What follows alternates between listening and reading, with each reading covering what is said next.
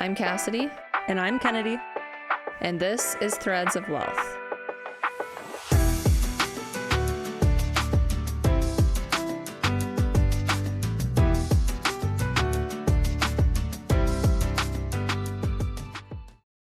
All right. So before we start to dive into bringing amazing guests onto our podcast and talking about all things wellness, I thought it'd be fun if we sat down and I interviewed you to let people get to know you a little bit better. So we started a podcast. How are you feeling?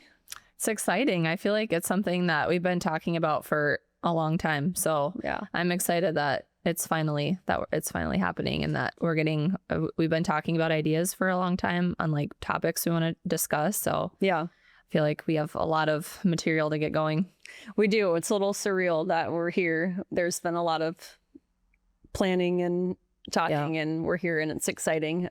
So why don't you start by just telling me a little bit about why you're passionate about wellness and what kind of made you want to start a podcast about it? Yeah, good. That's a good question. I guess I was honestly always passionate about health to a certain extent. Like I always, like out of high school, it kind of started off at like the physical health level. I liked working out. I liked, past college, I liked lifting weights, and like just, I was very intrigued by the physical fitness. And I tried to eat right, but I don't think I really knew what that was. I think I just did my best and then when I started having my kids, I think that's when I started to really care about it, because then it wasn't about just me anymore. It was about my kids, and I want them to be the healthiest that they can be. And not only that, like if they're not healthy, then they can't learn in school. They just can't function like kids should. And so that's really where the passion of discovering what being truly healthy meant. Yeah. Do you have specific personal experiences that play into that, or just in general, you became a mom and decided to prioritize their health and wellness? I think specifically it was when my second, so I have 3 kids, Addie, as you know, but the audience, Addie, Branch, and Lenny. And when Branch was born, he was born with, well, he wasn't born with eczema, but he developed eczema when he was 9 months old. And that was really the turning point for me, because it just like came up out of nowhere one day. Yeah. And I remember thinking like, this is just weird that it just started. And so we just started taking him to doctors. And Did you know it was eczema right away, or did you think it might have been something else? That's a good question. I don't think that I knew it was eczema right away. Yeah. I think I had suspicions that it was. But we don't really have a lot in our family of eczema, like a history of eczema. Besides me. That's true. Sorry. Yeah, it's okay. But I feel like yours I feel like yours, which... It was not near to the extent that Branch's was. Yeah, his was like all over his face. Yeah. Like he was bleeding, like his face was bleeding around his chin and his cheeks. And I was like, this is really severe. And he was constantly like itching his legs, and he would bleed, and he wouldn't be able to sleep at night. Yeah. And I was like, this is a big deal. So we were taking him to doctors and specialists, and I kept getting the answer of like, well, here's cream, and just keep putting Vaseline on him, and, try to keep it moisturized. And that's the best that we can do. And it's like, after all of the specialists that we went to, that was the only answer I got. And I guess it kind of came, it was like deep down, I was like, this is an internal issue. Like there's something unhealthy in him that's making his skin react this way, even though I had no idea really what that was. But that's kind of where it started at. Yeah, that makes sense.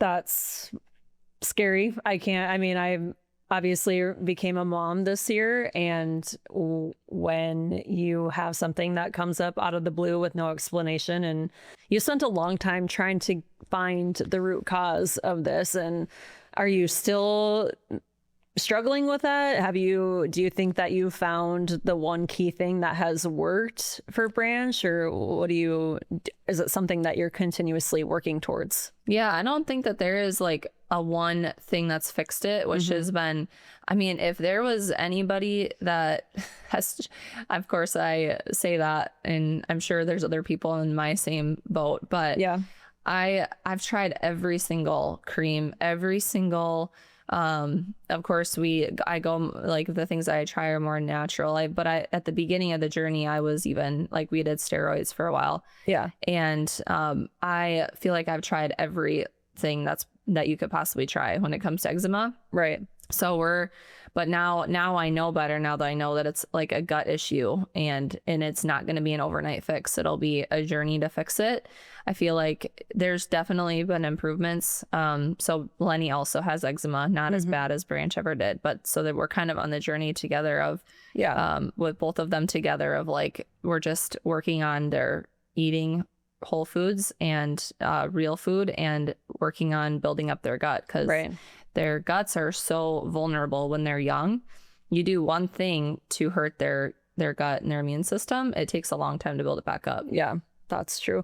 So do you think that was kind of the turning point into your journey on this like holistic, natural living, or was there something else, or just little things kind of along the way that you decided that you wanted to really dive into it and you developed that passion for it? Yeah, that was kind of the turning point, I think. I was like slowly, but slow steps. I didn't just jump into it overnight. Yeah. But I think the more that I learned and the more that I discovered, I just wanted to learn more. Right. And I mean, he's 2.5 years, or almost 3. So this has been a journey of almost, or 2.5 years, I guess. So it's been a long journey. And I think that the most harmful thing you can do is think that you can have it all figured out overnight. Yeah. It has to be you have to take it step by step, because it's a lot to learn. Right. You don't need any more anxiety. When it comes to being a new mom, there's already enough to worry us and to keep us up at night. So just giving yourself grace on not knowing it all. Yeah. Well, okay. Shifting gears a little bit. We're obviously sisters. We have a great relationship. I feel like when we were teenagers, maybe we butt heads a little bit more, and maybe even earlier than that. But what are some of your earliest memories of us as siblings? I just remember, I mean, I'm 3 years older than you. And so when you were born, I mean, I don't remember, I was still 3, so I was young to remember when you were born. But I remember the years of us growing up, and just how patient you were with me. Because I was really always I was always so bossy, and I feel like mean to you. And then I always thought it was your fault. And so, but I feel like regardless, like we had especially as we were like in grade school and middle school. Yeah. I mean, we had our fair share of fights, but we had a lot of fun together. I think we played school like every day. I think every day. Or house. Or I probably learned more in our at-home school than, no, I'm just kidding. I shouldn't say that. I taught you. But you were pretty strict with me, honestly. I had a lisp and I couldn't say my S's or my R's right. So you were there was really not a whole lot of grace. I would not grace, not but really. You really wanted, you really wanted me to learn. You really wanted me to figure it out. I would get frustrated if you didn't know the answer, even though it was stuff I was learning in school. Yeah. And I'm 3 years older than you. And regardless, like as a 3-year-old, I think the word hammer might be a little bit hard to really enunciate and say properly. But we would sit down in our upstairs hallway and she would say one hammer, and we would have to count, what was it, to like 10 or 12 or something. Yeah. And there's home videos of this. I would just sit there, one hamu. I could not say it. And Kassidy would just roll her eyes like, I cannot believe this is what I have to deal with.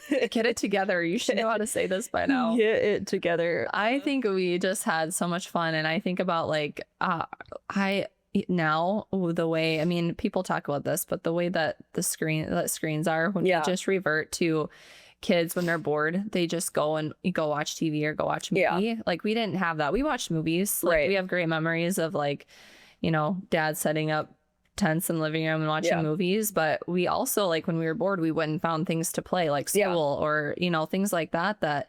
So that's such a good reminder. I think about a lot of, like, how I want my kids to be is like, when you're bored, I'm not going to always give you something. I'm not going to give you a screen. You're just going to have to go play and keep yourself busy. Well, I'm also guilty of that as an adult. Like, it's, in the busy chaos of life and everything that we do, I find myself like sitting in silence thinking, oh, I should turn on a music, or I should turn on a podcast, or like, let's just listen to a show in the background.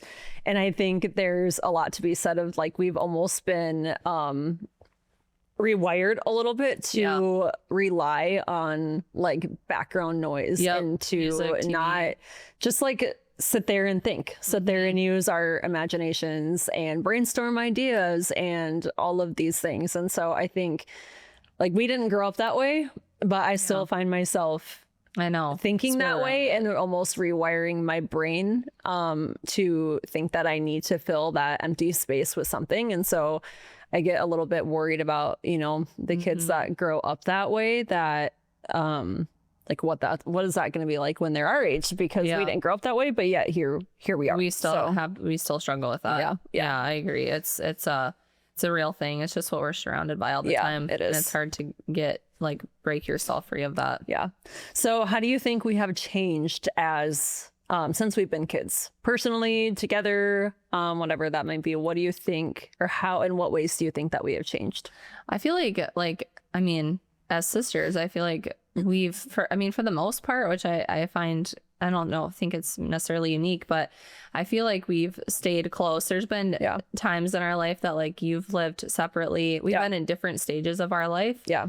And so we've just been a little bit more distant because of that, different stages in our life. But I feel like at the core, like, we've always known that what, like, the relationship of sisters is very valuable. And so I think that that's always stayed with us. So something that hasn't changed. I think that we, like, I don't know, I feel like we changed so much, which I think is a good thing. And we're not supposed to stay. Definitely a good thing for me.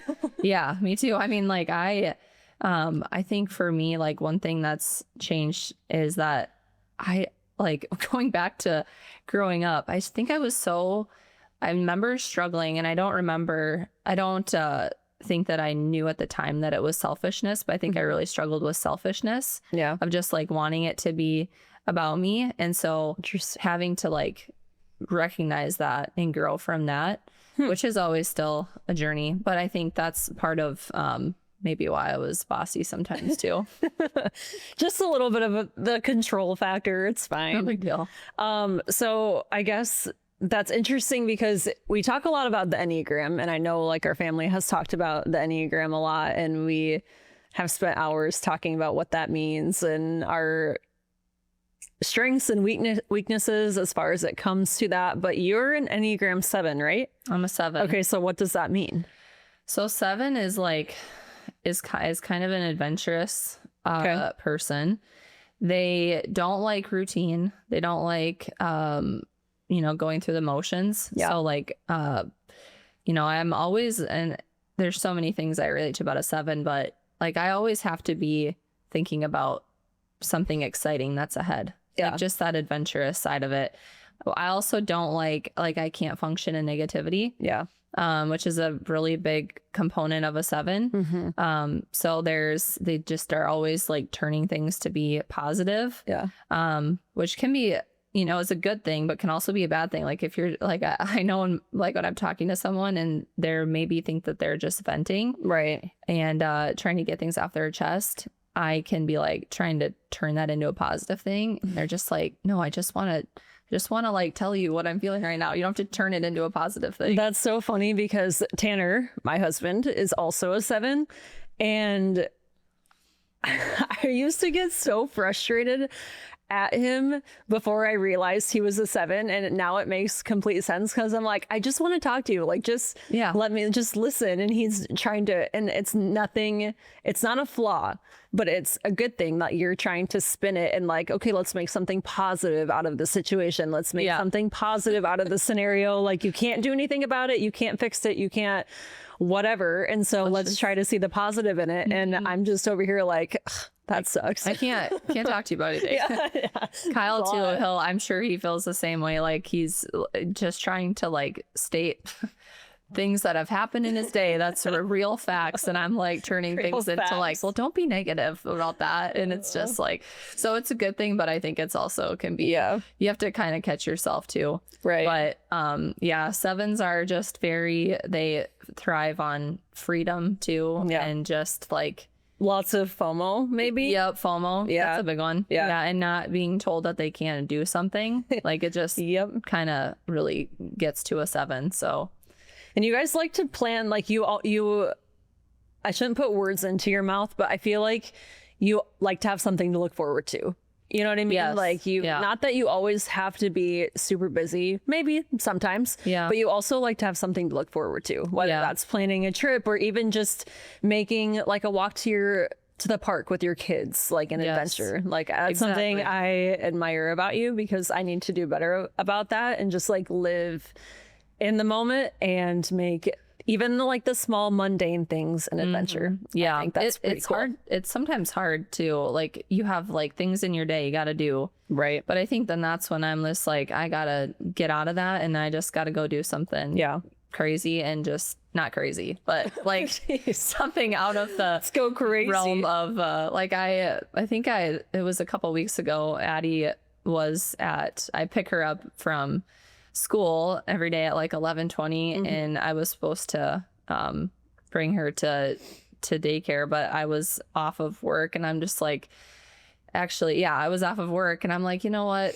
I had a whole list of things that I wanted to do. I was like, I need to get all this done. And I think that when you get too stressed, that makes you more even want to be like, you know what, forget it, I can do that tomorrow. Let's just go get our nails done or something. You're not going to go to daycare today. That's awesome. I should hang out with you more. Yeah. You know what? Let's just go get our nails done. So I saw this thing on Instagram, so I'm going to read it. I think it's funny. It says what a day looks like for an Enneagram 7. So the first part of your day, it says thinking about what you're grateful for. And then the next sliver, which is a little bit bigger, coming up with new ideas. And then the next one, which is a majority of your day, finding joy in the journey. The next section, looking at funny videos on social media. Do you enjoy that?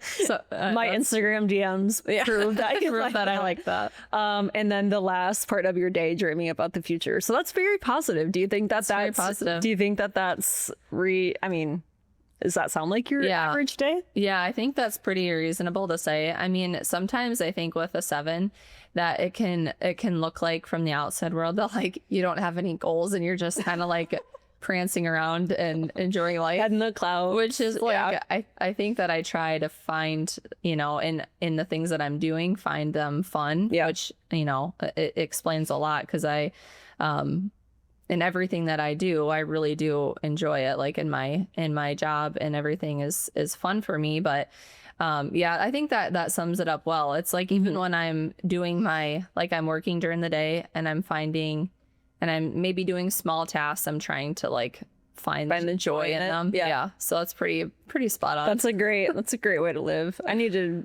do that more. Oh, do you know what your wing? Oh, well, maybe we can have a whole episode on Enneagram, because I think it's so interesting. But it's very accurate, I think, for most people. Like, if it's not spot on with their Enneagram, the wing then supplements that. Yeah, for sure. It'd be good to, we shall have to talk about that more in the future. Yeah, definitely. Okay, so when I assume, because you're human and because life is not always perfect, that sometimes you have bad days or stressful days, and it's not just joy and everything 24/7. I could be wrong. If that's true, that's great. But if you do have a stressful day, what's one thing that kind of helps you reset at the end of the day and kind of center yourself? I'm glad you brought that up because it's a good way to finish out the Enneagram and go into that. Because I think one of the misconceptions about a 7 is that they're never stressed out and they're never like have any like they're just carefree. Right. And I think that we just try to hide it. Like we definitely have our fair share. Like I have a lot of I have my fair share of stressful days and stressful situations. Yeah. But I think that honestly, for me, and part of my personality type is I get my energy from being by myself. And with 3 kids, you don't get very much time by yourself. So, and this is like, so most of the time on any given day, but especially stressful days, the best way for me to just like refocus is spending more time by myself. Like when the kids go to bed and then before I go to bed is just like refocusing on my day and getting prepared for the next day. So just taking care of myself, which sounds cheesy, but I just like to, spending time by myself recharges me. Right. So yeah, that's a big one. So when you're spending time by yourself, are you just sitting on the couch, like staring at a wall, trying to decompress? Are you watching a show? Do you like to read? What does that look like? Or is that always something different? It's kind of always something different. I like to watch a show, a little bit of a show before I go to bed. Yeah. Usually 30 minutes. But what's your favorite show to watch right now? Right now I'm watching 1923 again. Again? I watched it already. I just love it so much. Isn't there a new season coming out? I think so. I think Yellowstone again comes out later next year. I don't know. I can't keep track of all those. Okay. I really like that. Yeah. But it kind of depends. Sometimes I'm just like, if I know that that's not gonna help, I'm just like doing extra skincare stuff and like just trying to relax. And I love my red light. Red light helps me a ton. So I'm not much of a reader. I should be more of a reader. But usually, so like in the mornings is when I do like get in the word and I'm doing my devotionals. Right. I really should start and end my day with that, but it's usually in the morning. So sometimes I'll try to get in the word a little bit before I go to bed. On the topic of reading, this is extremely off topic, but do you listen to audiobooks ever? I used to a lot, but I don't anymore. Do you think that counts as reading? I think so. I think so too. I mean, I feel like I hear a lot of opinions that it doesn't, and I'm just going to tell myself that it does. I think it does. I don't remember the last time I read a book. I think it does. I mean, it's like you're doing this, kind of doing the same thing as reading, but I'm not an expert. It's still a book. You're just listening. It's just a really long podcast. Exactly. Oh, that's funny. Okay, well, getting back into the topic of wellness, what do you think the role of your community, whether that's friends, the actual community you live in, a church group, what do you think the role of a community plays in overall wellness? I kind of just talked about how I get my energy from being by myself, which can also be a detriment sometimes, because I find like if plans get canceled sometimes, I'm like, that's great, I'm just gonna hang out at home. And but I think I've overlooked, and I think we like as a whole have overlooked the importance of community and like surrounding yourself with people, whether that's church or friends. There is just something that is really, I'm trying to remember, there was a study that came out about like people that spent time by themselves as opposed to people that like even did little things together with with friends or different communities. And those people were like actually overly, if everything else was the same for the most part, those people were healthier because that was we need that community as people. That's how we were created, is to be around people. So that's something I need to get better at too, but I think it's something I've been working on, because I mean, think about it. When you are, how many times have you decided that you are going to go do the thing instead of stay at home, and then you've regretted it? Right. Probably not many times, because you get home and you're like, I had great conversations and I had a great time. So it's not always easy to remember that in the moment, but I think it's really beneficial. Yeah, that's really true. What is one old or traditional wellness practice that you have kind of brought back into your home or kind of reintroduced to your family? My favorite one is actually right after Branch was diagnosed with eczema, I looked into raw milk and how beneficial that is, and how the milk that we buy from the store, you know, pasteurization takes everything good out of milk. Right. And so it's not bad for you, but there's just not all the good things that's originally in milk Takes it out of it. Takes it out of Through it. that process. Yeah. So I looked into that, and we started, ever since then, we've been drinking raw milk. That's my favorite one. And I've noticed, I mean, I'm not a milk drinker, but I try to drink 1 glass a day because it's just so, I mean, I feel like I've noticed a huge difference in my health just from like when the protein that's in it, all the vitamins and minerals that are in it. But the kids especially, like, I mean, I have my suspicions that I feel like their immune system has just improved so much since drinking raw milk. Wow. Yeah, so but honestly, like I try to been like in the past year really kind of looking at more of like the old, I mean, we live in a modern world, Right. but thinking about more of like, how can we bring some of these original, the way that we are created to live, bringing those back into our world, and like looking at that. So I feel like our grandparents, our ancestors kind of had it figured out. They were, seemed to be a lot more healthy than simple is sometimes better. I don't remember the last time I just had a glass of milk. Yeah. So you do that every day? Yeah, but I put like a cowboy colostrum, not sponsored, cowboy colostrum in there. Yeah. Yeah, hopefully someday.